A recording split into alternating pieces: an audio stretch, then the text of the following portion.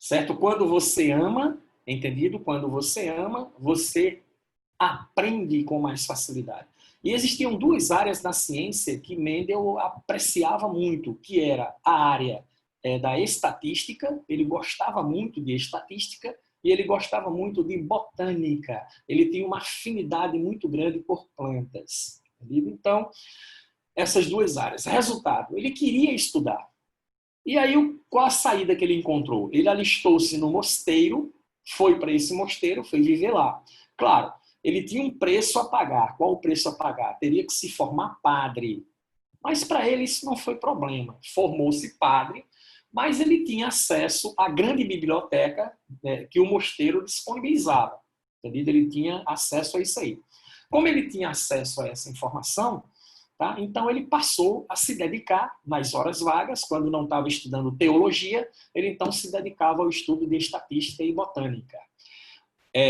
Fez uma horta, né? Ele fez uma horta lá no mosteiro onde ele vivia, ele fez uma horta. Todas as hortaliças que eram consumidas no mosteiro, elas eram cultivadas, entendido? Lá, nessa horta que Mendel começou, pegou um terreno lá e dividiu e começava a plantar as hortas lá. Entendido? Certinho? Beleza? E aí, resultado, né? Um dia, ele pensou assim, poxa, eu vou estudar os mecanismos da herança, era uma coisa que era muito questionada no mundo científico na época. Aí ele disse, eu vou estudar, tá? Pegar as minhas habilidades que eu tenho em estatística e em botânica e vou tentar verificar o que acontece, como são transferidos os caracteres de pais para filhos, tá certo? E aí, no período de 1857 a 1865, tá? Mendel desenvolveu um trabalho clandestino, o mosteiro não sabia disso, entendido? Ele selecionou variedades diferentes de ervilhas para cultivar dentro dessa hortaliça, para que ele então pudesse desenvolver o seu trabalho. E aí, por que ele escolheu as ervilhas? Quais os motivos para isso? Primeiro, fácil cultivo da planta. A planta podia ser cultivada facilmente, ok? Ela é uma planta pouco exigente em termos nutricionais, entendido? Então era de fácil cultivo. Então ele pegou, vou trabalhar com essa planta aqui. Ciclo reprodutivo rápido. Os vegetais, de um modo geral, apresentam um ciclo reprodutivo rápido. Por quê? Porque eles produzem um grande número de sementes num espaço de tempo curto. Então, você tem variedade em quantidade de indivíduos com facilidade. Entendido? Com facilidade. Por causa disso aí. Tá certo? E a outra característica fundamental que ele precisava de mais disso, tá? Ele precisava de uma espécie que ele pudesse controlar o aspecto reprodutivo desses indivíduos aí. E as ervilhas reproduziam por autofecundação. Elas não reproduziam naturalmente na natureza por fecundação cruzada. Por quê? Você sabe que as plantas fanerógamas, que são as plantas que têm flores, entendido? As flores, na verdade, são os seus órgãos de reprodução. Uma flor tem androceu, uma flor tem gineceu, entendido? Androceu produz os gametas masculinos, gineceu o gameta feminino, e aí você tem a reprodução entre plantas através das suas flores. Mas as flores que começam fechadas, tá? E quando amadurecem sexualmente, precisam se abrir. E por que elas precisam se abrir? Para expor os seus órgãos sexuais, para que possam disseminar pólen pelo meio ambiente, tá? Através de agentes polinizadores ou mesmo pelo vento, pólens que são encaminhados para outras flores. E caindo na parte feminina dessas flores ocorre a reprodução. No caso das flores de ervilhas, elas nunca se abrem. Como nunca se abrem, não expõem os seus órgãos sexuais. Não expondo os seus órgãos sexuais, só tem um jeito das ervilhas reproduzirem. Elas reproduzem, então, por autofecundação. Isso era importantíssimo para Mendel, porque ele iria cruzar uma planta com outra, teria que fazer isso manualmente, tendo que fazer isso manualmente, ele teria controle absoluto de quem estava cruzando com quem e qual o resultado desse cruzamento. Tá? Ele tinha que ter o controle. O grupo experimental, entendido, da experiência dele, ele tinha que ter controle absoluto sobre isso. Então, foi um fator muito determinante para que ele trabalhasse com as ervilhas. E o quarto fator, caracteres contrastantes. Caracteres contrastantes. Ou seja, de fácil distinção, fácil visualização.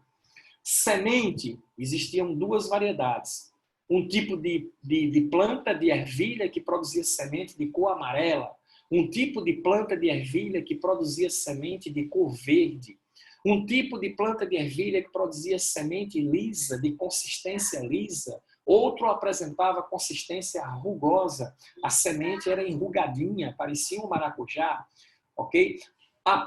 Tinha planta que atingia a altura de 120 centímetros. Outra só atingia a altura de 40 centímetros. Tinha outra variedade que o bordo da folha era liso, outra o bordo era denteado, parecendo uma cristazinha de galinha, entendido? Certo ou não? Então, esses caracteres diferentes que existiam nas diferentes variedades era de fácil visualização. Então, a interpretação dos resultados também seria muito fácil pela visualização. Entendido? Então, foi isso aí o que fez Mendel escolher as ervilhas para o trabalho. Que caracteres foram estudados por Mendel? Ele analisou nas ervilhas 7 caracteres ao todo. Altura da planta, bordo da folha, semente, cor, consistência e tal. Didaticamente, tá? A nível de estudos na escola, a nível de ensino médio, o que é que a gente estuda? Né? Os caracteres mais clássicos da experiência dele, que foi o quê? A cor da semente e a forma da semente.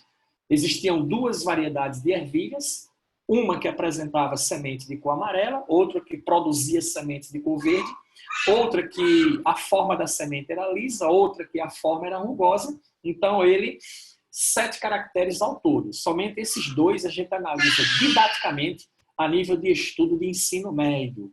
São os caracteres que você encontra em qualquer livro, mas ele não analisou só isso. Ele analisou 7 no total. Muito bem. O que aconteceu, então?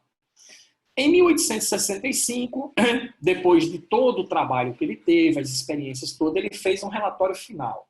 Esse relatório final foi apresentado na Sociedade dos Naturalistas da cidade de Brunn, na Áustria. Entendido? Ele, então, fez na cidade de Brunn, na Áustria, que era a comunidade científica da época, presente lá onde ele vivia. Então, ele fez um relatório todo do trabalho, as experimentações, e aí foi apresentar isso na Sociedade dos Naturalistas de Brunn. O que aconteceu? Quando ele chegou aqui e apresentou sua teoria, os pesquisadores da época rejeitaram de imediato. Por quê? Eles não quiseram, perguntaram, rapaz, você é quem? Ele disse, pô, eu sou um padre do mosteiro de Brunn. Os caras olharam para ele e pensaram assim, poxa, como é que pode uma revolução científica desse porte vir a partir de alguém que não é da comunidade científica, ok? Alguém que não é cientista, alguém que é padre de um mosteiro e uma pessoa que ninguém conhece? Não, esse cara tá louco. Então ele foi taxado como louco, completamente ridicularizado. O nível de ridicularização de Mendel foi tão alto que os tabloides, né, que eram os jornais da época, os tabloides que eram vendidos pela cidade, colocaram pés de ervilha com a cabeça de Mendel nas plantas. Os caras fazendo chacota. Ele virou objeto de chacota, foi extremamente ridicularizado. Quando isso veio a público. E aí, quando veio a público, o mosteiro toma conhecimento do que aconteceu, chega para Mendel e diz, não podemos ter um padre na nossa instituição que está servindo de chacota para toda a sociedade, temos que manter a integridade da nossa instituição. Então você está fora, entendido? E ele foi excomungado da Igreja Católica. Resultado de Mendel, 1884, morreu completamente desacreditado. Então, tudo que ele descobriu, apesar de ser uma verdade, foi engavetado. Ninguém mais quis saber disso. Mendel tomou o cuidado de registrar o seu trabalho. Ele escapou por causa disso. Ele registrou o trabalho. Entendido? Muito bem. O tempo passou, 35 anos depois, certo? Por volta de 1900, as teses de Mendel foram redescobertas. 3 pesquisadores, um cara chamado Cermak, um austríaco, da nacionalidade de Mendel, um cara chamado Correns, que era um alemão, tá? E o De Vries, Hugo De Vries. Você já ouviu falar em Hugo De Vries na biologia? Ele foi o cara que descobriu as mutações, que são os erros de pareamento de bases que ocorrem nas moléculas de DNA. Quando uma adenina, por exemplo, se liga a uma outra base que não seja uma base timina. Então, quem descobriu que esses erros ocorriam na molécula de DNA foi esse cara aqui, um holandês, chamado De Vries. Só que esses 3 camaradas aí tiveram acesso aos postulados de Mendel de modo independente, que eles não se conheciam, repetiram as suas experiências e chegaram às mesmas conclusões. Tá? Quando isso foi divulgado na comunidade científica, e aí, poxa, cara, vocês descobriram... Não, a gente não foi a gente redescobriu, na verdade, porque o cara que descobriu foi um padre austríaco lá, por volta de 1865, chamado Gregor Mendel. A partir disso, foi que Mendel foi reconhecido como o homem da genética. Tá? Muito bem. Essa aula inicial aqui foi exatamente o quê? Foi exatamente um histórico, tá certo? Um histórico sobre Mendel e como a genética começou. Ok? Então, a gente vai agora, eu vou sair desse compartilhamento aqui, interromper. Isto, muito bem. E vou compartilhar agora a outra tela, tá certo? A outra tela. Só um minutinho, enquanto eu faço aqui a operação. Deixa eu tirar aqui, fechar isso aqui. Isso, perfeitamente. Vamos ver lá. Pronto, agora a gente vai entrar na genética propriamente dita. Entendido? Ok? Certo? Deixa eu ver se tem alguma pergunta aqui antes da gente começar. Não tem, mas eu tenho uma. Tá certo? Eu tenho uma pergunta. Tá certo? A pergunta é a seguinte. Pronto, tá aí. A pergunta é: tudo ok aí? Tudo ok? Som e vídeo? A apresentação está aparecendo para vocês? Tudo ok? Pronto. Luiz Felipe disse tudo ok, então pronto, top. Então vamos lá. Grande Pedro Messias. Pode mandar as perguntas para mim, Pedro Messias. Eu gosto quando você manda as perguntas para mim. Ok. Então vamos continuar, tá certo? Ok. Não dá para se estudar genética, tá? Não dá para se estudar genética sem o conhecimento sem o conhecimento de certos conceitos, o que a gente chama de conceitos básicos de genética. Então é importante a gente analisar, tá, esses conceitos básicos. Entendido? Então vamos aqui devagarzinho, passo a passo, vem comigo e vamos ver aqui como funciona.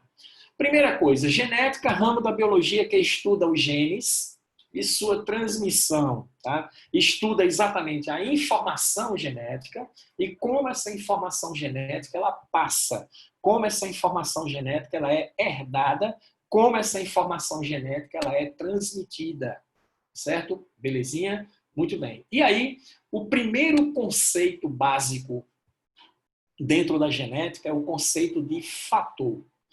O que é fator dentro da genética? Pronto. É o elemento determinante do caráter segundo Mendel. Mendel, na época em que ele fez suas experimentações, tá? Esse termo a gente vai usar exatamente quando for estudar as experiências mendelianas, para você ver como aconteceu o processo, entendido? Então, Mendel não conhecia, não tinha ideia da natureza química, nem da natureza física do que determinava o caráter hereditário. Então, ele chamou isso de fator. Então, o que é fator? É o elemento que determina o caráter na linguagem mendeliana, na linguagem de Mendel. O que Mendel chamava de fator na época dele, beleza, só fui olhar aqui, certo? O que Mendel determinou de fator na época dele é o que hoje nós chamamos de gene ou gene. Gene ou gene. Entendido? E o que é o gene ou gene? Gene é a informação. É uma informação. Informação de quê? Uma informação de ácido nucleico. Entendido? Bom, DNA, né, coisa que vocês também já estudaram, até esse momento acredito que já estudaram. Biologia molecular, você vê ácido nucleico lá pelo finalzinho, é isso? Você vê carboidrato, lipídio, proteína, enzima, tal, e chega lá em ácido nucleico. Você sabe que o DNA tem uma informação. Essa informação ela está em código. Chama-se código genético. Né? Essa informação, nesse código genético, chama-se de gene ou gene. E o que é? O gene ou gene é uma sequência de DNA. É um pedaço de DNA.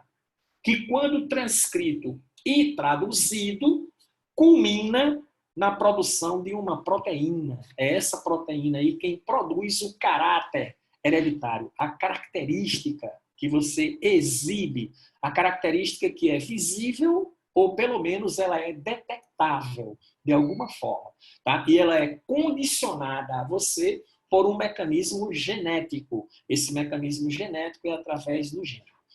Essas sequências de DNA que são decodificadas numa informação de proteína, tá? O que é que a célula faz? Pega a informação de ácido nucleico, tá? E converte numa informação de aminoácidos. É isso aí o que a célula faz. Entendido?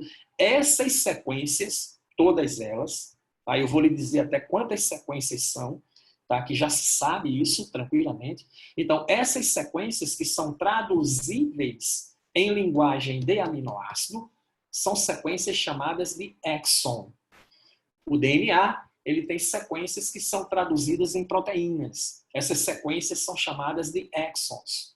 Existem muitas sequências no DNA, tá, que não são traduzidas em proteínas, não passam de DNAs estruturais.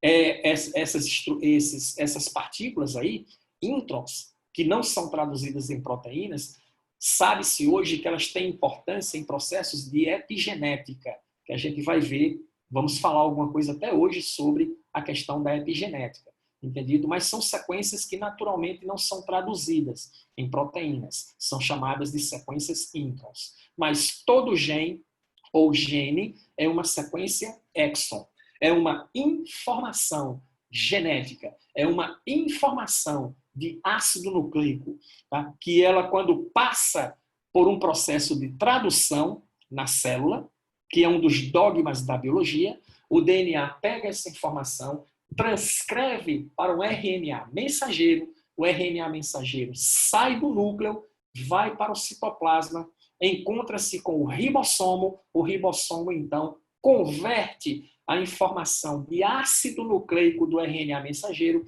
numa informação de aminoácido, chama-se tradução proteica.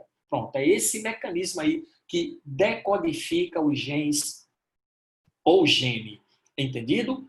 Ok? O DNA contém, então, o quê? Contém o código genético, certinho? Que é nada mais, nada menos que a informação traduzível em informação proteica e que vai fazer com que o caráter se expresse. É o que nós chamamos de fenótipo. Belezinha? Certinho? Muito bem. Exemplo de um gene. Gene SRY. Gene SRY. Você diz, Biripô, que gene é esse SRY? Perceba que o Y eu coloquei em destaque aqui. Tá vendo que ele está em destaque? Pronto. Esse gene é um gene codificante. Tá? O que é um gene codificante? O que é uma sequência de DNA codificante? Ela é traduzível. Entendido? Isso transcreve para o RNA mensageiro, manda para o ribossomo e faz a informação do aminoácido. É uma sequência traduzível. Esse gene SRY, que eu coloquei o Y ali em destaque, tá? É porque ele só aparece no indivíduo de sexo masculino. Esse gene ele está localizado no cromossomo Y. Somente homens têm. Entendido? Pronto. Na 7ª semana de gestação, todos os embriões são fêmeas até a 7ª semana de gestação.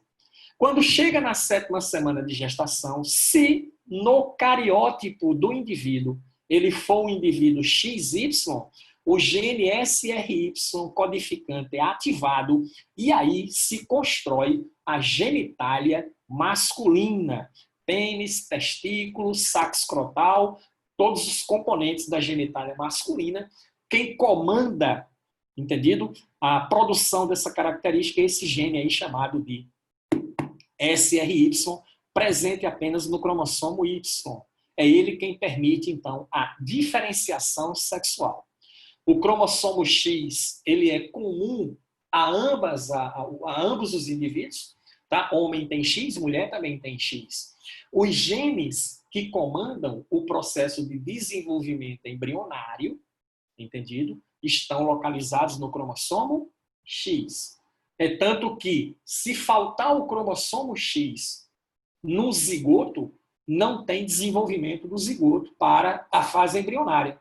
Porque os genes que comandam isso estão no cromossomo X. Se não tem cromossomo X, como é que se vai traduzir as proteínas específicas, comandar a multiplicação celular e etc., para que haja formação do embrião? Isso não vai acontecer. Entendido? Então, esse gene, aí, resultado. O embrião começa o desenvolvimento. Ele começa para ser fêmea. Todos os embriões, eles são geneticamente, naturalmente, fêmeas. Eles começam pelo cromossomo X. O cromossomo X é feminino, é considerado o cromossomo feminino. Chega na 7ª semana, não tem Y. O indivíduo é duplo X. Pessoal, deixa como tá. É uma menina. Vai embora o desenvolvimento embrionário, sem modificações. Tem o cromossomo Y, ativa o gene SRY. E aí, tá? O indivíduo vai expressar um outro fenótipo, que é o fenótipo masculino, que é comandado por isso aí. Disfunções nesse gene, mutações nesse gene, danos nesse gene, vai prejudicar, entendido, o processo de diferenciação sexual. Aí leva aos casos que a gente já escutou falar alguma vez, de pseudohermafroditismo na espécie humana. O indivíduo nasce com dois órgãos sexuais, um deles é atrofiado, é inibido, mesmo o embrião tendo... Sim, é exatamente isso que eu estou falando. Qualquer problema que haja, né, inibição desse gene, que haja danos a esse gene, o que é que vai acontecer? Vai ficar comprometido, certo, o mecanismo de diferenciação sexual. Aí surgem os casos de pseudohermafroditismo. Nunca chame hermafroditismo se tratando da espécie humana. Não existe hermafrodita na espécie humana.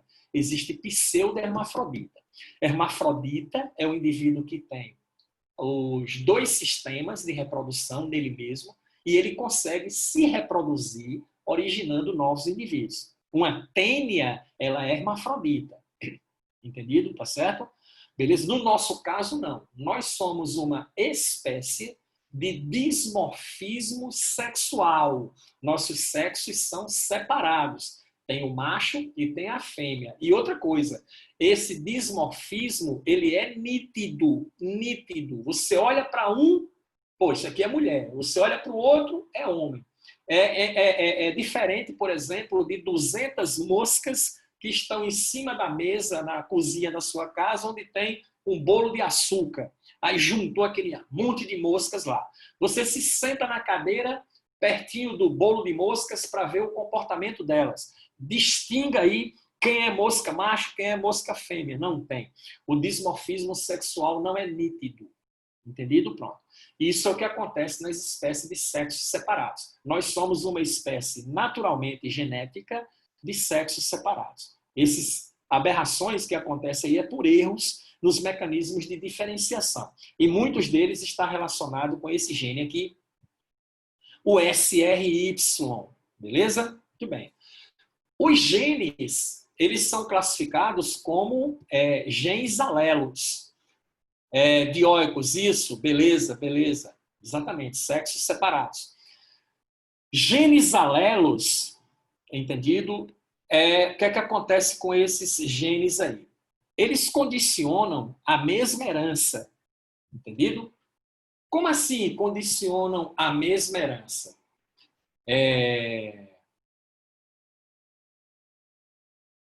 Sim, sim, outros animais, claro. Se você distingue facilmente, se tem como distinguir visualmente, sim. Entendeu? Você conhece um leão, conhece uma leoa, você olha de longe e sabe quem é quem. Tá certo? Então, distingui-o facilmente é nítido dimorfismo sexual. Até lombriga você conhece. Entendido? Lombriga, o macho tem cauda enrolada, a fêmea tem cauda reta. Você olha para um, olha para outro e sabe, ah, isso aqui é uma lombriga macho, isso aqui é uma lombriga fêmea. Entendido? Qualquer espécie que tenha alguma característica nela que permite visualmente você identificar quem é macho e quem é fêmea, então existe nela nítido dimorfismo sexual. Belezinha? Ok? Então, olha só, genes alelos. Alelos condicionam a mesma herança. A mesma herança é condicionada por genes alelos. Por exemplo, cor de pele. Né? Cor de pele. O indivíduo pode ser normal, o indivíduo pode ser albino. O que é que acontece com o indivíduo albino? O indivíduo albino, ele não sintetiza melanina por um problema de disfunção genética no gene que induz a produção de melanina. E ele termina não fabricando melanina e fica com aquela característica lá que você conhece bem. Vamos falar muito sobre albinismo aí no estudo que a gente está fazendo aqui da genética. Beleza? Certinho? Então, esse indivíduo aí, ele não sintetiza melanina. O albinismo, nós sabemos que é um caráter recessivo. Isso é um caráter recessivo. A sequência genética da informação tem que estar em dose dupla para que o indivíduo apresente o caráter. Mas, quem são os genes que interferem na herança albinismo? É um gene azinho, recessivo, que condiciona o caráter, e o seu alelo, que é um gene dominante azão, que condiciona o caráter normal. Entendido? Pronto. Então, eu tenho dois genes que interferem na determinação da mesma herança. Tá? Então, esses genes são o quê? Alelos entre si. Beleza? Grupo sanguíneo. Quais são os genes que interferem na determinação de grupos sanguíneos? São 3 genes. É um caso de polialelia, ou alelos múltiplos. Vamos estudar isso também. Eu tenho um gene IA, um gene IB e um gene recessivo Izinho. A interação entre esses 3 genes, que são alelos, porque concorrem para determinar a mesma herança. Que herança? A herança chamada de polialelia, ou alelos múltiplos, que é quando você tem mais de um par de alelos interferindo na herança. É o que acontece em grupo sanguíneo, eu tenho 3 e não 2, são 3. Então, é alelos múltiplos ou polialelia. Então, esses 3 genes aí, através de suas interações naturais, produzem 4 fenótipos, 4 caracteres para o grupo sanguíneo. O grupo A, grupo B, grupo AB e grupo O. Bom, beleza? Então, o que são alelos? Em primeira análise, genes que concorrem, né, que determinam a mesma herança. Esses genes, eles ocupam a mesma posição, que é chamada de locus, em cromossomos que são homólogos.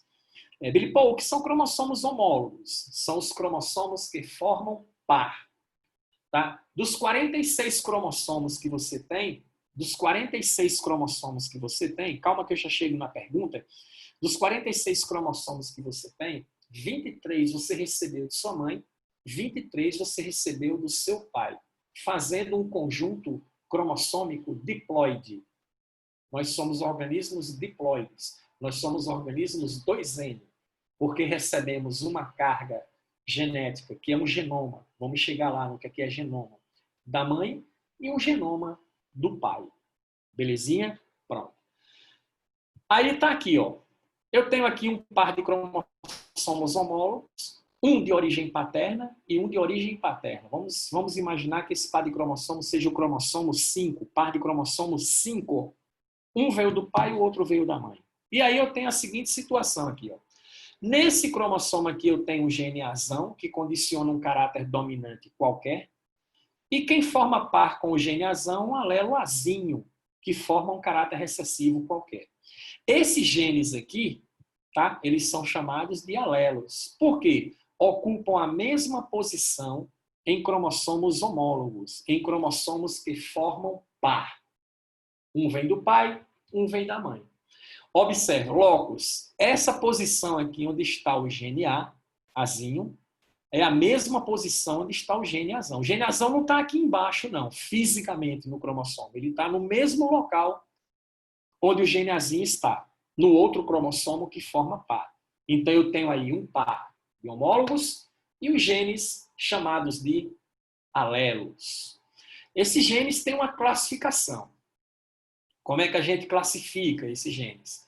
Dominante. O que é um gene dominante? É aquele que atua sempre, eles atuam sempre. Tá? Então, se o indivíduo é portador de um gene que tem comportamento dominante, tá? Ele vai expressar como característica no seu organismo, tá? O caráter referente que é determinado por esse gene dominante. Aí a gente diz, esteja ele em dose única, no caso do indivíduo ser azão-azinho, tá? A gente vai ver quando estudar experiência de Mendel, toda característica genética é definida por um par de genes, mas se o gene dominante estiver em dose única, porque o indivíduo é azão-azinho, ele é heterozigoto, qual o caráter que ele vai expressar nele? O caráter condicionado pelo gene azão. Se tiver em dose dupla, a mesma coisa. Aí é que vai ser o caráter condicionado pelo gene azão. Esses genes, que são classificados como dominantes, eles são representados por letra maiúscula. Beleza? Se o gene não for dominante, ele será recessivo. Tem uma pergunta aqui, deixa eu olhar aqui, já estava esquecendo. No caso, são 6 por causa do dominante, é me atrapalhei. Não. São 3 genes apenas. Entendido? Genótipo é outra coisa, tá? A gente vai chegar lá. Beleza, valeu, entendi. Recessivo, né? Só atuam na ausência do gene dominante. Entendido? O gene dominante não pode estar presente no genótipo do indivíduo. Ok? Só atuam, então, em dose dupla. O indivíduo tem que ser azinho-azinho. Certo? A representação é por letra minúscula. Primeira coisa que eu quero que você guarde aqui, agora, é o quê? Todo caráter recessivo, para se expressar, entendido? Muito aluno erra questões por não guardar essa informação. Escreva para não esquecer, entendido? Diga isso todo dia para você ao acordar. Lá na frente, no nosso estudo de genética, eu vou fazer umas perguntas lá e muita gente vai errar, porque o cara vai esquecer desse detalhe. Caráter recessivo, ele só se expressa no indivíduo se o gene estiver em dose dupla. O indivíduo tem que obrigatoriamente ser azinho-azinho. Se ele for azão-azinho, o caráter que se expressa é o caráter condicionado pelo gene dominante azão. Tá? Então, Billy Paul, todo caráter recessivo é obrigatoriamente puro. Exatamente. Todo recessivo é puro. Se você vê uma menina de olhos azuis, parecem 2 pedras de anil os olhos dela, certo? E você pensa assim, ora, qual é o genótipo dessa menina para a cor de olhos? Ela é azinho-azinho. Obrigatoriamente. Azul para a cor de olhos é um caráter recessivo. Beleza? Você pega, vê um indivíduo de olhos castanhos.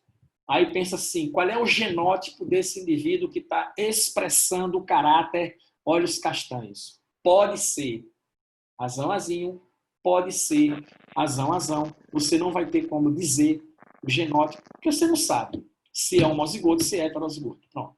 Mas o caráter foi recessivo, o genótipo é claro, porque o gene só atua se estiver em dose dupla. Beleza?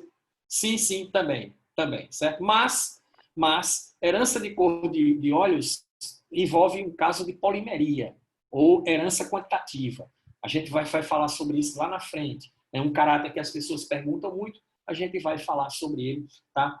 Beleza? A gente está só começando aqui a brincadeira. E aí, codominante. Codominante atuam igualmente.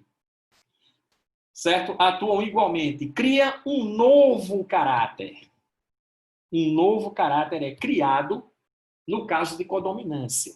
Também são representados por letrazão, Bzão, Czão. Presta atenção. Outra questão que o aluno confunde muito quando envolve a classificação dos genes alelos é a codominância. O aluno confunde muito codominância com herança intermediária. São coisas diferentes, não são a mesma coisa. Tá certo? Beleza ou não?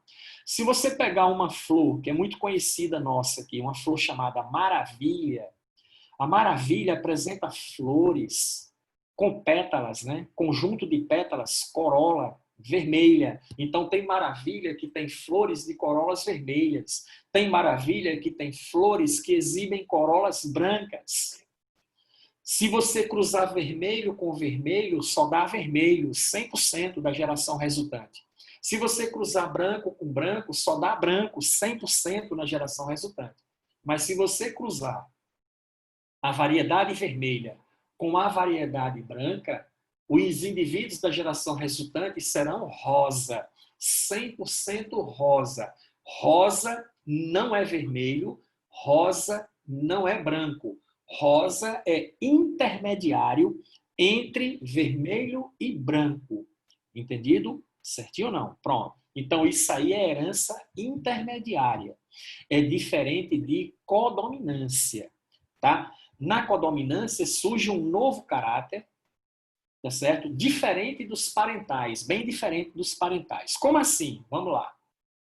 Vou dar um exemplo aqui para você entender. Olha aí.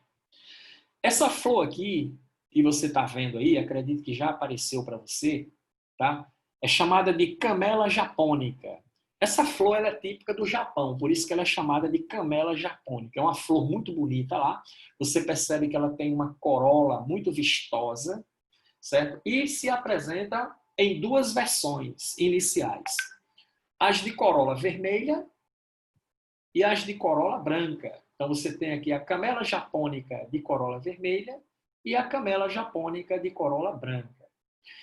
Quando você cruza a variedade vermelha com a variedade branca, o que é que acontece? Olha só, o indivíduo vermelho é puro, Vzão, Vzão, e o branco ele é puro, Bzão, Bzão. Só que o gene Vzão condiciona o caráter vermelho, o gene Bzão condiciona o caráter branco da corola.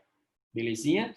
Claro, nos casos de codominância, os genes são representados graficamente por letras maiúsculas, não é verdade? Quando você cruza vermelho com branco, ora, o indivíduo filho resultante aqui, ele vai herdar um gene Vzão desse indivíduo para vermelho e um gene Bzão para o indivíduo branco, dando o indivíduo Vzão, Bzão. Esse indivíduo Vzão, Bzão, olha como é a corola dele. A corola dele, parte é branca e parte é vermelha. As cores, elas não se misturaram, como no caso da maravilha. Entendido? Pronto. Codominância é isso aqui. O que significa? Tanto o gene para Vzão atuou, como o gene para Bzão atuou. Entendido aí? Certinho? Belezinha? Os dois genes são funcionais, produzindo os dois fenótipos. Na herança da maravilha, os dois genes também são funcionais, mas produziram um caráter intermediário. Misturou as coisas. Aí surgiu o caráter rosa. Entendeu? Então, essa é a diferença marcante entre codominância e entre a herança intermediária. A herança intermediária cria um caráter intermédio entre os dois parentais, no meio dos dois parentais. Aí é a herança intermediária. A codominância não, exibe os dois caracteres dos parentais de variedades diferentes. Entendido isso? Grupo sanguíneo. Grupo sanguíneo. Você tem um indivíduo do grupo A, você tem um indivíduo do grupo B. Quando você cruza um indivíduo de grupo A com um indivíduo de grupo B, pode dar no cruzamento o grupo sanguíneo AB. O indivíduo produz o fator que determina A, produz o fator que determina grupo B, e aí ele apresenta os dois fatores. Ele tem os dois antígenos, então por isso que ele é do grupo AB. Por isso que se diz que a herança de grupos sanguíneos é um caso de codominância entre genes. Deixa eu ver as perguntas aqui. Deixa eu ver. Que massa, achei que essa ia dar rosa intermediária. Não, não. No caso da camela japônica, não. Ela vai exibir os dois caracteres dos indivíduos parentais, tanto vermelho como branco. Fica bonito, né? A corola ficou bonita, né? Metade vermelha, metade branca, tá? Isso é o que também explica o caso de olhos de cores diferentes uma pessoa. E dá esses efeitos também. Repete codominância. Pronto, quer que repita novamente? Eu repito novamente. Codominância, tá? Na codominância, os dois genes são funcionais. A questão é que o indivíduo exibe os dois caracteres nele. Entendido? No caso lá da camela japônica. Vamos voltar aqui para a camela japônica. Olha aí, tá vendo? O indivíduo filho aqui, o que é que acontece com ele? Ele exibe as duas características. Aí você viu que metade da corola, tá certo? É do parental vermelho. Metade da corola é do parental branco. Tá certo? Isso aí é codominância. Se aqui o indivíduo filho aqui fosse rosa, não seria codominância. Chama-se herança intermediária, tá? Porque o indivíduo resultante ele foi intermédio entre os indivíduos parentais. Certo? Essa é a diferença clássica. Por isso que você tem herança por dominância completa, herança por codominância, herança intermediária. Mais na frente eu vou mostrar o quadro para você definindo isso, beleza? Ok? Obrigada, codominância sempre... Não. Certo? Não. Sempre 50%. Depende do cruzamento que você vai fazer. Nesse caso aqui, você tem 100% da geração resultante. Se você cruzar ambos heterozigotos, Luiz, ambos heterozigotos, você vai ter 50% do indivíduo codominante, 25% vermelho, 25% branco. Se você cruzar os dois heterozigotos aqui. Pode fazer o cruzamento aí que você vai ver. Na parte de cruzamento a gente vai explorar isso bem. Beleza. Show de bola. Certo? Voltando para lá. Aí vamos agora para outros conceitos importantes. Genótipo, né? Deixa eu ver aqui a outra pergunta.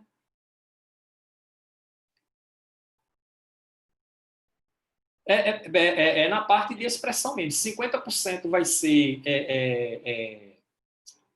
heterozigoto, né? Que vai exibir... Olha lá. Deixa eu voltar lá aqui, ó. Eu pego esse indivíduo Vzão, Bzão, cruzo com outro indivíduo Vzão, Bzão. Tá certo? Vai dar indivíduo Vzão, Vzão, vai dar VB duas vezes e vai dar Bzão, Bzão. Entendido? Certo? 50% vai ser assim, fenotipicamente, 25% vai ser vermelho e 25% vai ser branco. É bom no papel, né? Eu não tenho nem como mostrar isso aqui. Não é isso, não. Por exemplo, eu tenho um indivíduo que ele tem dois genes, tem um gene que faz codominância. Por exemplo, aí, a camela japônica. Pronto. Aí sempre vai ser 50% dela vai ser branca e 50% dela vai ser vermelha? Ou vai ser em outras proporções? Pode ser em outras proporções. Você está cruzando quem? Você está cruzando os heterozigotos, é? Não, eu não estou cruzando ninguém. Eu só quero saber como é o nome? A proporção de expressão do gene. A proporção da expressão. Sim, tá certo. Entendi agora o que você quis dizer. É isso mesmo. No indivíduo.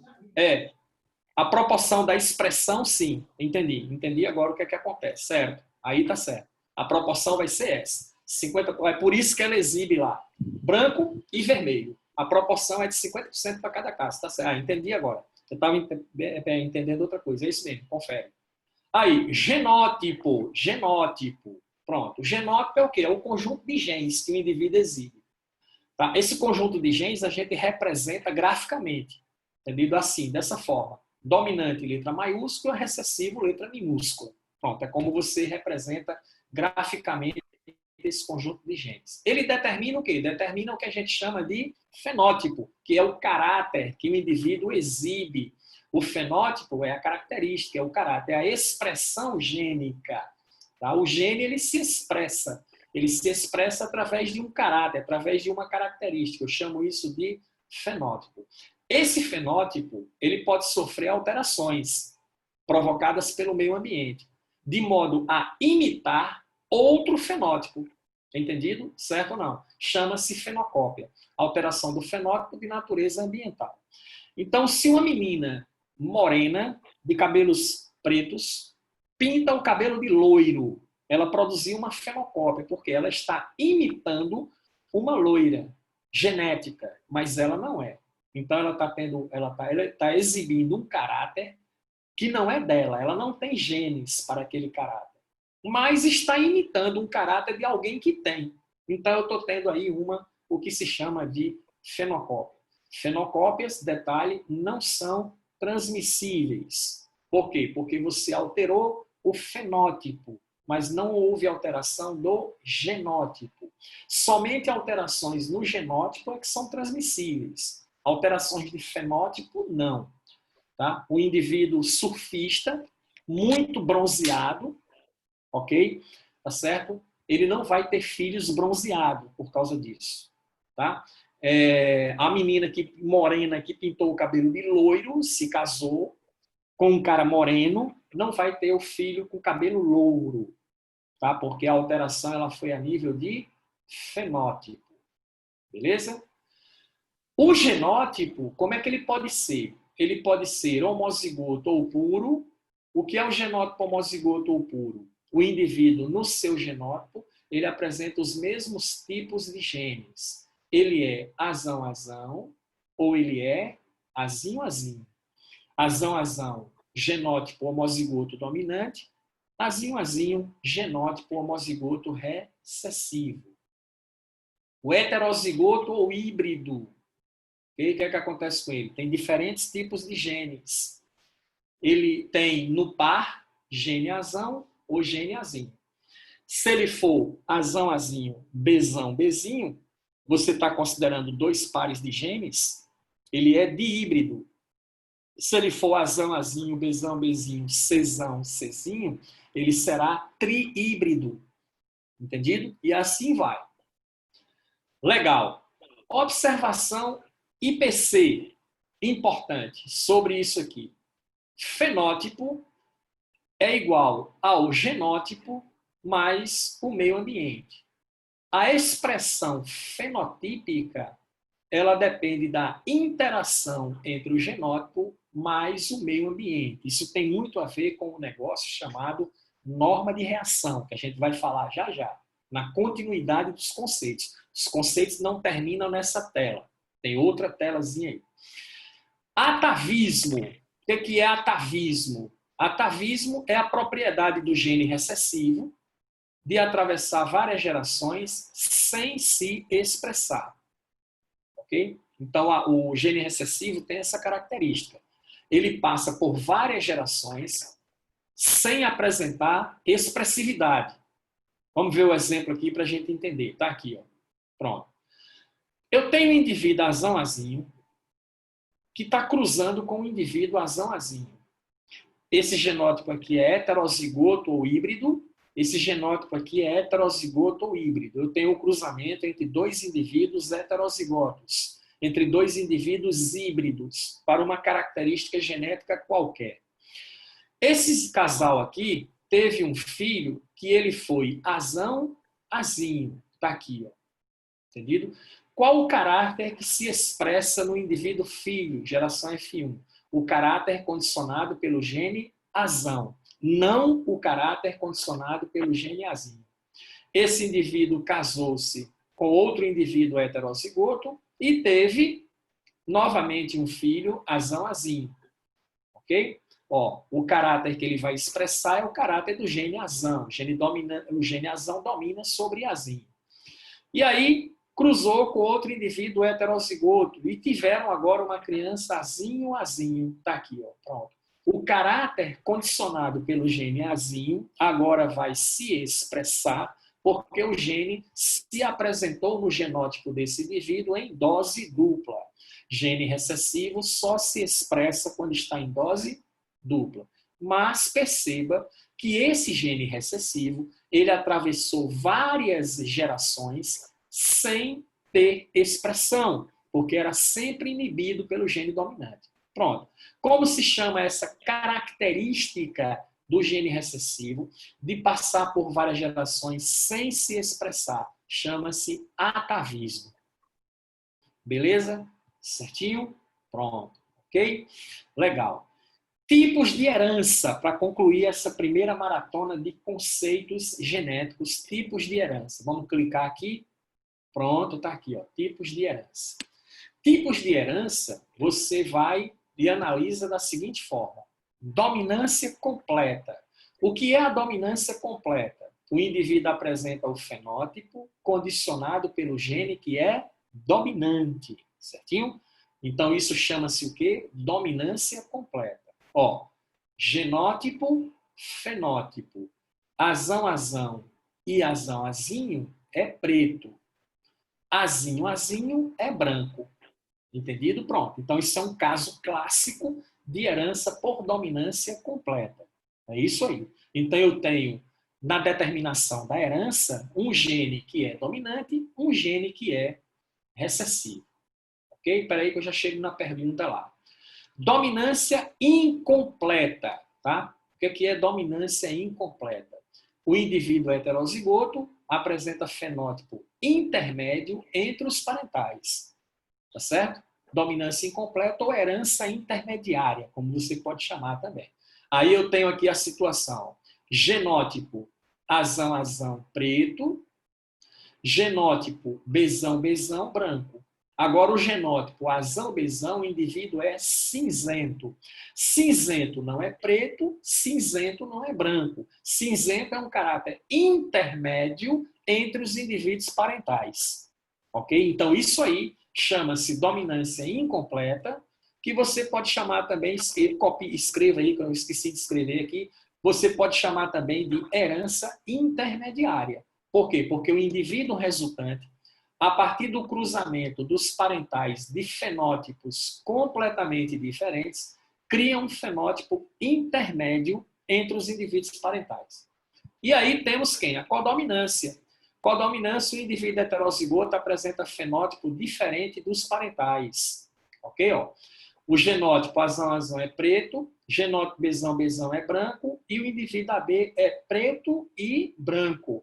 Entendido? Lembra da camela japônica? Ela é corola vermelha e branca. Por quê? Porque os genes, eles atuam, são funcionais e criam os dois caracteres dos parentais no indivíduo filho. Então, é isso aí o que vai caracterizar a codominância. Deixa eu ver qual é a pergunta aqui agora. Pergunta... Sim, sim, sim. Albinismo é um tipo de atavismo? Sim. Eu tenho um casal heterozigoto para o albinismo, que casou, teve filho normal, que casou com outro heterozigoto para o albinismo, que casou, teve filho normal, e se passaram 10 gerações, a 11ª foi de indivíduo albino.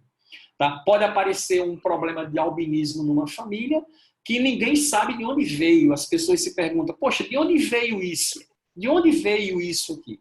De onde veio isso? Claro, só que aconteceu um caso de albinismo envolvendo essas famílias 15 gerações atrás.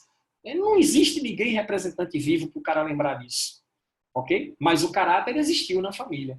Tá? Essa propriedade de atavismo é típico de gene recessivo. Tá? Gene recessivo tem essa característicazinha aí. Beleza? Certinho? Vamos voltar lá para cima. Pronto. Continuando agora, outros conceitos importantes que a gente tem que ter aí. Atavismo, Maria Stephanie, atavismo, né? Vamos lá. Deixa eu voltar aqui. Deixa eu voltar aqui. Pronto, tá aqui. Ó. Atavismo, certo? Pronto. Tá aqui, ó, a situação de atavismo. Você observa que eu tenho indivíduos cruzantes, azão, azinho, azão, azinho. Tá? Nesse casamento aqui, o indivíduo filho foi azão, azinho. O caráter que expressa no indivíduo filho é o caráter condicionado pelo gene azão. Não será o caráter condicionado pelo gene azinho. Certo ou não? O gene azinho foi inibido. O indivíduo é portador da herança, mas ele não exibe a herança. Certo? Ele casou com outro indivíduo que também era heterozigoto. Mas o filho que eles tiveram foi também heterozigoto. Nesse caso, o gene que se expressa é o caráter azão. Vamos supor, vamos botar nome, vamos dar nome. Vamos dizer que isso aqui é albinismo. Eu tenho um casal heterozigoto para o albinismo, o gene para o albinismo é recessivo, está aqui. O primeiro filho desse casal aqui foi azão-azinho, consequentemente, de pigmentação normal. Ele casou-se com uma mulher azão-azinho, também de pigmentação normal, porém heterozigota. Tiveram um filho normal. Esse filho normal casou-se com outro indivíduo também normal, de pigmentação normal heterozigoto, e aí tiveram um filho azinho, ou seja, consequentemente albino, porque o albinismo é um caráter recessivo. O gene azinho, ó, saiu dessa geração, passou por essa geração, passou por essa geração, e lá na quarta geração é que ele foi se apresentar. O caráter dele foi se apresentar. Por quê? Porque está em dose dupla o gene. Tá? Então, isso chama-se o quê? Atavismo. Propriedade de todo o gene recessivo de atravessar várias gerações sem se expressar, porque ele só vai se expressar se apresentar em dose dupla. Beleza? Pronto. Show. Aí vamos para cá. Vamos para cá agora, que tem outros conceitos para a gente analisar. Sim, show. Beleza. Então tá aí, ó. Outros conceitos importantes, tá? Genoma. Pronto, genoma. A gente vai trabalhar muito com isso. Então é importante a gente ter uma ideia clara do que é isso aí. Genoma. Ó, genoma é o conjunto haploide de cromossomos da espécie. Quando se pergunta assim, qual o número de cromossomos da espécie humana? Aí você diz 46. Qual o número de cromossomos de macaco chimpanzé? É 48. O chimpanzé tem 48 cromossomos. Entendido? Certo ou não? Esse número de cromossomos que você está dizendo aí é o número diploide. O número de cromossomos da espécie é um número diploide, é um número 2N. Quanto é o número haploide na espécie humana? 23. Tá? Porque nós somos indivíduos diploides, de 46 cromossomos. Porque 23 cromossomos recebemos do pai, 23 cromossomos recebemos da mãe. Formou-se, então, um indivíduo de 46. Cada corpo cromossômico desse que você recebeu de seu pai ou de sua mãe é um genoma. Porque é o número total de cromossomos da espécie que não forma par. Tá certo? É o conjunto, então, haploide de cromossomos, que na nossa espécie é 23 cromossomos. Então, esse conjunto aí é a informação genética total do indivíduo. Entendido? Então, essa combinação genética total, essa informação genética total, você encontra nas células haploides, espermatozoides e óvulos. Eu chamo isso de genoma. Cada genoma é um corpo cromossômico de N cromossomos. Porque eu tenho o cromossomo 1, 2, 3, 4, 5, 6, 7, até o cromossomo 23. Sozinho, sem formar par. Quando eu pego esse corpo de N cromossomo do espermatozoide junto com o corpo de N cromossomos do óvulo, eu tenho a célula de 46. É uma célula diploide, porque ela tem 2 genomas. Existem espécies que têm 3 genomas, é triploide. Trigo, por exemplo, assim, banana também funciona assim. E em plantas é muito comum a gente encontrar isso. Deixa eu ver qual é a pergunta aqui. A parte do genoma, eu volto sem problema nenhum, entendido? O genoma é o número de cromossomos da espécie, o número total, mas que não está formando par. Eu só encontro isso dentro de espermatozoides, dentro de óvulos, que são células de 23 cromossomos. Tá? Uma célula de 23 cromossomos da espécie humana, a gente chama de célula haploide. Porque todos esses cromossomos que estão dentro dessa célula correspondem ao patrimônio genético total da espécie, mas todos eles são diferentes. Esses cromossomos são heterólogos entre si. Entendido? Eles não estão com o outro cromossomo que forma par. Eles estão sozinhos. Esse corpo cromossômico sozinho, que tem um total de cromossomos que não está pareado com ninguém, eu chamo isso de genoma, que geralmente é a metade do número de cromossomos da espécie. O número de cromossomo da batatinha é 20. Quanto é o genoma da batatinha? 10. Número de cromossomos do chimpanzé é 48. Quanto é o genoma do chimpanzé? 24. o número de cromossomos da égua é 64. Quanto é o genoma da égua? 32. Entendido? Sempre a metade do número de cromossomos da espécie. Depende, né? No caso, então não. No caso, então não. Já terminou a divisão celular. Entendido? E o cromossomo duplicado é durante a divisão celular. Terminou a divisão celular, eles estão simples. Eles estão simples. Entendido? Certinho? Olha lá. Vamos lá. O genoma contém toda a informação genética da espécie. Belezinha? Certo? Pronto. Que corresponde ao quê? Ao DNA. É todo o DNA. Não. Genoma e genótipo não são sinônimos. Genótipo considera o par de cromossomos. Genótipo considera o par de genes. Eu digo assim, o indivíduo é azão, bezão, bezinho. Um gene azão desse ele recebeu do pai, o outro da mãe. Um bezão ele recebeu do pai, o bezinho da mãe. Isso aí é genótipo. Genótipo, ele é diploide. Entendido? Genótipo, ele é diploide. Genótipo haploide é gameta.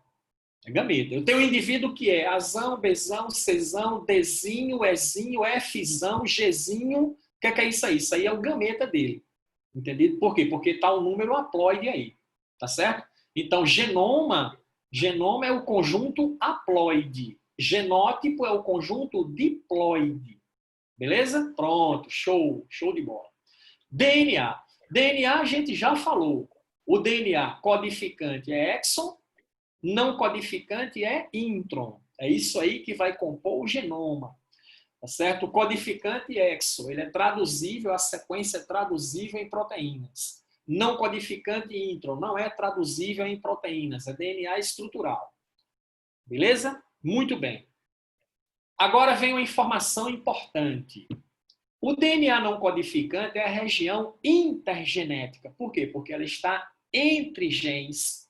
Eu tenho um gene ativo, outro gene ativo, e entre um e outro eu tenho uma sequência de informação lá, que é sequência intron, não é traduzível em proteína. É isso que é esse DNA que ele chama de não codificante. Pronto. Informação importantíssima para você agora. Genoma humano. Quantos genes comandam a genética humana? Esse número que eu coloquei aqui varia. Se tu for fazer uma pesquisa aí, os caras vão dizer que é 25, que é 26, que é 28, entendido? Eu arredondei aqui, alguns falam que é 30 mil.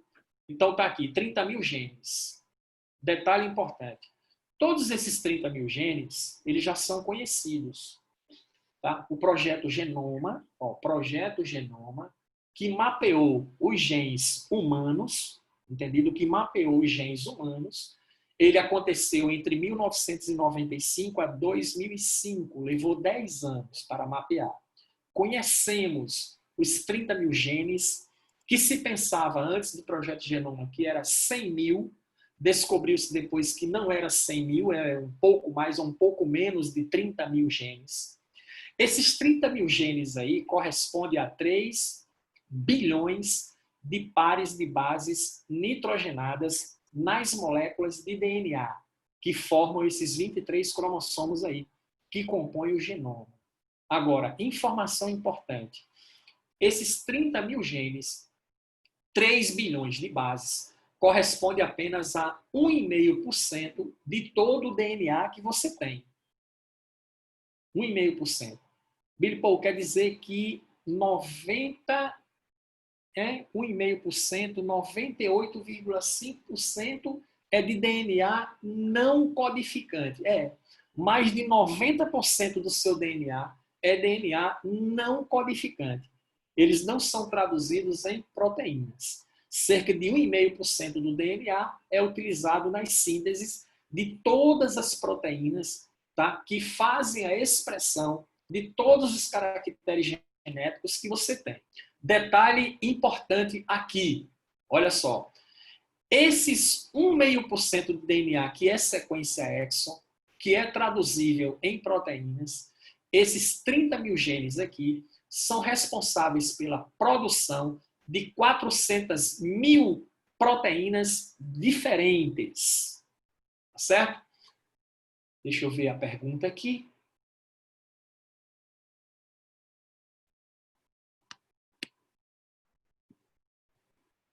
Não, cara, não, Bonerj. Então temos 200 bilhões, não, Bonerj. São somente 3 bilhões de pares de bases em todos esses DNA. 3 bilhões de pares de bases. Significam 6 bilhões de bases. Não é 200 bilhões, não. Não sei de onde tirou os 200 bilhões, é a base demais. É somente 3 bilhões de pares de bases, corresponde a 30 mil genes. Entendido? É isso aí, só isso aí. Se você quer saber qual o número total de bases, é só você multiplicar vezes 2 aí, dá 6 bilhões de bases nitrogenadas em todo o seu DNA. Tá? Agora, entenda bem. Está se considerando aqui, esses 3 bilhões de pares de base corresponde a 1,5% do DNA que é traduzível. É 1,5% de todo o DNA que você tem. Você não tem só 3 bilhões de pares de bases em todo o DNA, não, cara. Em todo o DNA que você tem de 46 cromossomos, não. Aqui é somente o quê? O DNA traduzível, o DNA que é codificante, que codifica genes. Entendido? Tá? Mas o mais importante dessa informação não está nesse fato aqui, desse quadradinho pontilhado, nesse fato aqui, que é 30 mil genes, que é 30 bilhões de par de base nitrogenada, que corresponde a 1,5% do DNA, que é o DNA exon. Tá? O mais importante é isso aqui. Eu tenho 30 mil genes e produz 400 mil proteínas. Então, isso aí é onde está o negócio. 30 mil genes, partindo do princípio que cada gene é transcrito para um RNA mensageiro, que é traduzido numa proteína. Então, se eu tenho 30 mil genes, era para produzir 30 mil proteínas. Como é que 30 mil genes produz 400 mil proteínas? Pronto. Essa aí é a questão chave do negócio. Como é que se consegue fazer isso aí? Pronto. Você que já estudou ácido nucleico, você que estudou mecanismo de síntese proteica em ácido nucleico, tá? Você ouviu falar num processo chamado de splicing ou splicing, certo? Entendido? Esse processozinho aqui, ó. O que é esse processo aí? Vamos relembrar. Ó, você tem aqui um gene A, que são a cadeia de DNA, beleza? Nessa cadeia de DNA eu tenho um gene A, um gene B e um gene C. Ora, se A, B e C são genes, é sequência exon. Isso aqui é traduzível em proteína. Só que entre região intergenética entre os genes A, B e C, eu encontro isso aqui que não vale nada, isso aqui que não vale nada.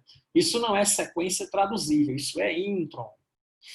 Esse DNA aqui, ele quer que a célula traduza o gene A, o gene B e o gene C para as respectivas proteínas. O que é que esse DNA tem que fazer? Ele tem que transcrever a informação para o RNA mensageiro. Aí ele transcreve, ó. Transcreve. Pronto. Tá aí o RNA mensageiro. Certinho? Belezinha? Tá aqui ele. Só que você percebe o seguinte, ó. O RNA mensageiro, ele foi transcrito do DNA na íntegra. O DNA transcreveu a informação para o RNA mensageiro na íntegra. Ou seja, com genes e com as regiões intergenéticas, que são as regiões que não valem nada, que não serão traduzidas em proteínas. Pronto. É aí onde entra o fenômeno de splicing. Só que quando faz o splicing, existe um maquinário regulador dessas expressões gênicas muito apurado dentro das células. Entendido ou não? Só que quando é feito o splicing, no splice, ó, pega essa sequência A e a sequência B e junta. Retira-se a sequência intron. Pega a sequência A e junta com a sequência C. Pronto, esses aqui são RNAs ativos. O splice é a depuração, é a retirada das sequências introns de um RNA neoformado. Um RNA que foi formado, entendeu? A partir de um DNA. O RNA bruto. Não é esse RNA bruto que vai para o citoplasma, não. Ele depura primeiro, ele é depurado primeiro para se retirar as sequências introns, fazer até combinações de genes diferentes para se fazer proteínas.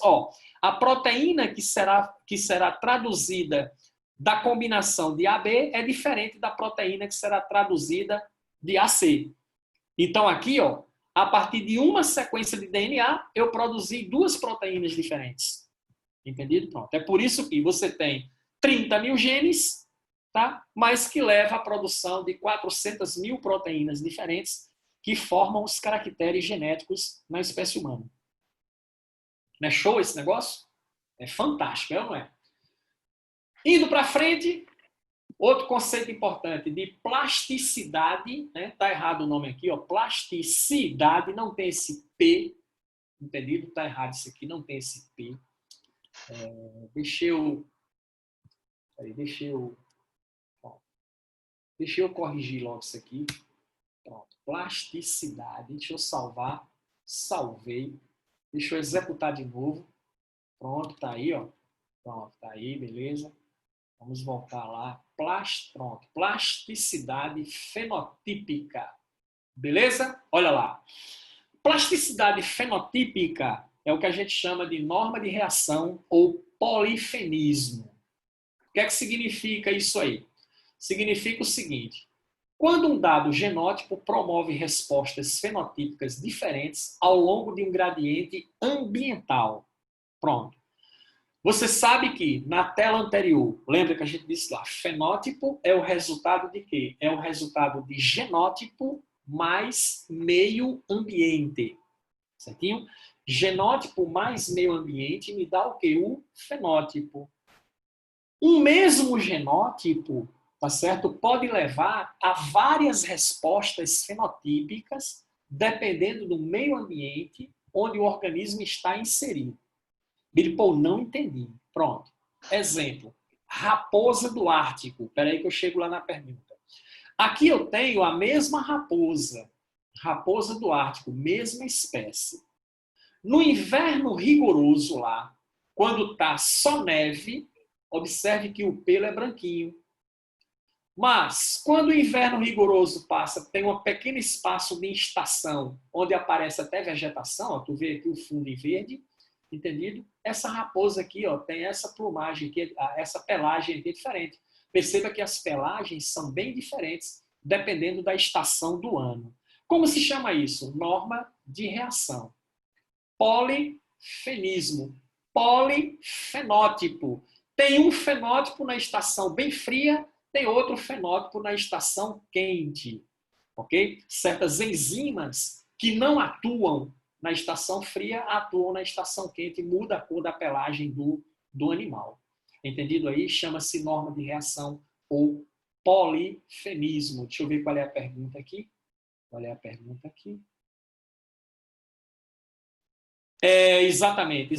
Ocorre a leitura do DNA, faz a transcrição completa dos RNAs, depois o splice retira as sequências introns. Sequências introns nunca são traduzidas em proteínas, então elas são retiradas das sequências normais. E aí nesse processo de splice, podem se fazer combinações diferentes entre genes, entre 3, 4, 5, 6 genes, produzindo, a partir desses 6 genes aí, diversas proteínas diferentes, pelas combinações diferentes entre esses genes.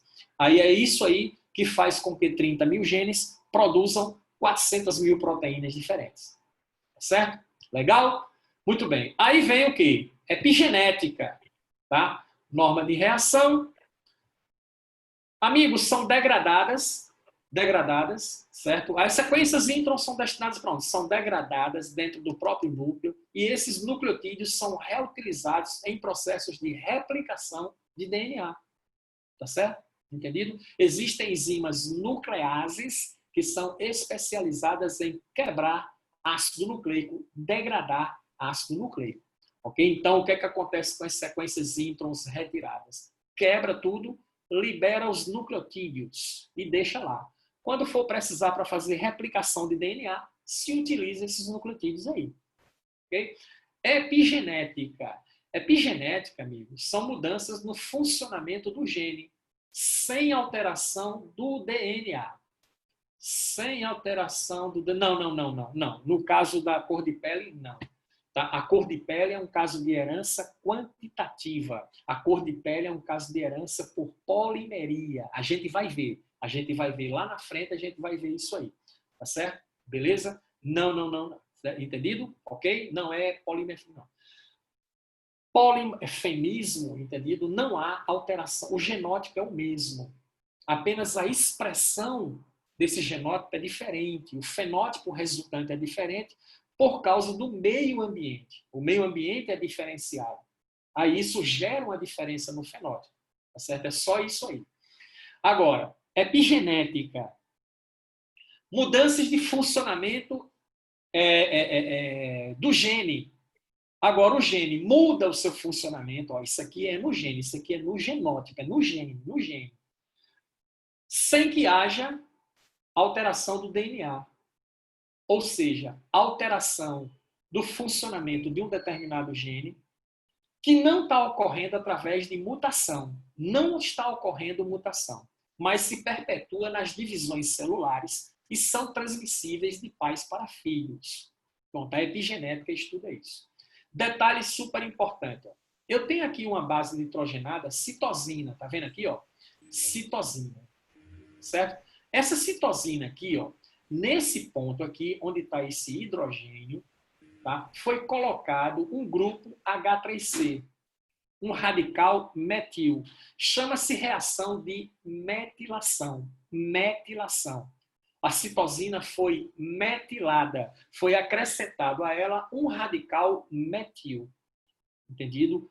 Muito bem. Só que, olha lá, a citosina continua citosina. A citosina está no DNA ligada a uma guanina. Entendido? Não houve alteração nisso. Houve apenas o quê? O acréscimo no carbono 5 aqui, ó. É carbono 1, 2, 3, 4, 5. Está aqui o carbono 5 aqui, ó. Nesse carbono 5, houve a adição de um grupo metil, de um grupo CH3. Houve o que se chama de uma metilação. Só que essas metilações alteram o funcionamento do gene, fazendo com que ele funcione de maneira diferente ou fazendo com que mesmo ele seja inibido, ele não se expresse. Billy Paul, então, quer dizer que os indivíduos, tendo o mesmo genótipo, esses genótipos podem se comportar de maneira diferente, produzindo um fenótipo diferente entre um e outro, por causa dessas reações aí. Sim, como se chama isso? Epigenética. Billy Paul, o que leva a isso? Ah, show de bola, pergunta fantástica. O que leva a isso? Certo? Muito bem. Vamos supor aquele pessoal que foi parar nos campos de concentração nazista.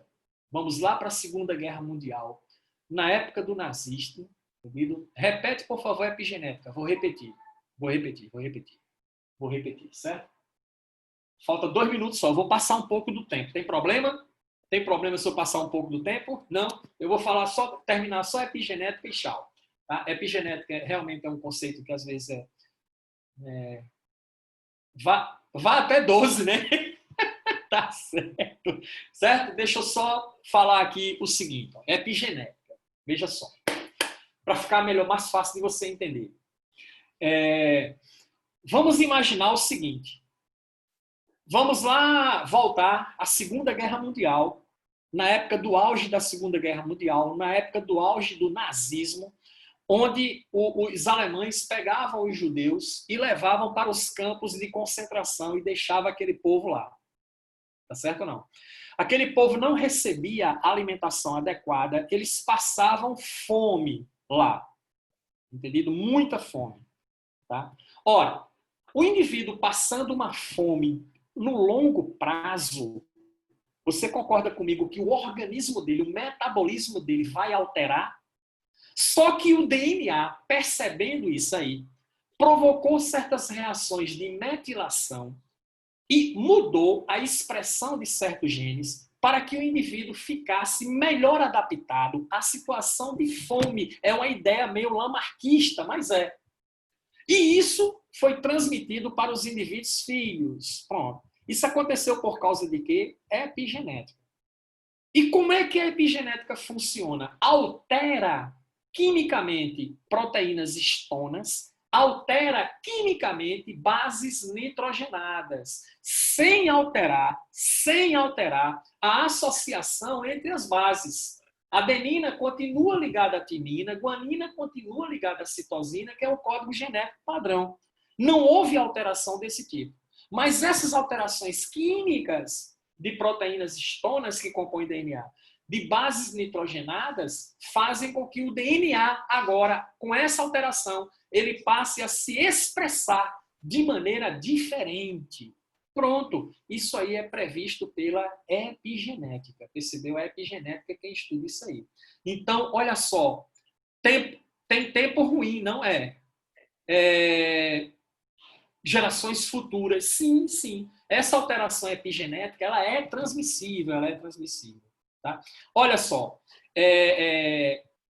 o que a gente quer dizer com isso? Certas situações que o organismo é submetido a nível ambiental, tá certo? Pode alterar geneticamente ele. Entendido? Através de quê? De epigenética, certo? Mudanças químicas que vão ocorrer no DNA. Mudanças químicas que são, de certa forma, induzidas por questões ambientais, principalmente questões comportamentais. E isso altera a expressão do gene no indivíduo filho. Ele passa a ter um comportamento diferenciado. Percebido? Certinho? De certa forma é. Vale salientar o seguinte, tá certo? A epigenética é um estudo comparativamente recente. Tem muita coisa sobre a epigenética que a gente não sabe ainda. Tem muita coisa que não tem explicação. Se você for no Google, né, aquele aluno que é mais caçador, percebido ou não? Esses caras mais caçador assim, como o Pedro Messias da vida, como o Boanerges da vida, entre outros, a Linda também, que também é muito questionadora. Então, se você for fazer uma pesquisa sobre epigenética na internet, tu vai encontrar uma série de informações, tá, explicáveis e uma série de informações ainda não explicáveis, porque é um estudo comparativamente recente, isso aí, comparativamente recente, tá certo? Ó, galera, eu vou parar por aqui, entendido? A gente já viu muita coisa hoje, tá? Na próxima aula a gente parte a partir da epigenética, tem umas listas de exercício aí para você fazer, tá certo? Na próxima aula a gente vai ver as experiências de Mendel, vou concluir esse raciocínio teórico aqui e vou para as experiências de Mendel e a gente prossegue a partir daí. Vamos ter alguns exercícios que serão feitos em sala também, entendido? Em sala, para facilitar a sua vida, entendido? Mas tente fazer os exercícios. Muito obrigado, pessoal. A aula foi muito boa, valeu, Domingão. Obrigado a você. Fazemos o máximo que a gente pode. Certinho? Faça os exercícios. Billy Paul, tem questões na lista que eu não vou conseguir resolver? Tem, porque é de coisa que a gente não viu ainda. Entendido? Mas faça o que você puder fazer. Sobre teoria de genética, você vai responder tudo o que aparecer lá, com certeza. Beleza? Beleza, então? Aula top, valeu, tá? Muito obrigado. Estupendo, muito obrigado pela dedicação. Show! Perdi o começo na genética. Show. Pedro Messias, valeu, mas a gente vai repor isso aí, tá certo? Então, domingo que vem estaremos juntos novamente. Tá ok? Beleza? Bom domingo para vocês. Tá certo? E até a próxima aula. Valeu, show, tchau.